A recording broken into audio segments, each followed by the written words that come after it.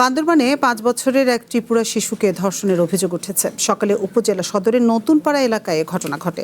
থানচি উপজেলা নির্বাহী কর্মকর্তা মোহাম্মদ আবদুল্লাহ আল ফয়সাল জানান, শনিবার সন্ধ্যায় খাবারের প্রলোভন দেখিয়ে নির্জন স্থানে নিয়ে ত্রিপুরা সম্প্রদায়ের শিশুটিকে ধর্ষণ করে বিজয় বড়ুয়া। শিশুটি অসুস্থ হয়ে পড়লে তাকে স্থানীয় স্বাস্থ্য কমপ্লেক্সে নিয়ে যান পরিবারের সদস্যরা। সেখানে বিষয়টি জানাজানি হলে এলাকাবাসী অভিযুক্ত বিজয়কে আটক করে পুলিশের সোপর্দ করে।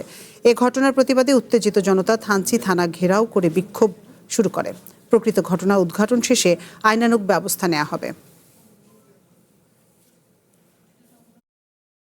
ত্রিপুরা একটা মেয়ে এবং মনে হয় বড়ুয়া এক ছেলে, ওরা একই পাড়ায় থাকে।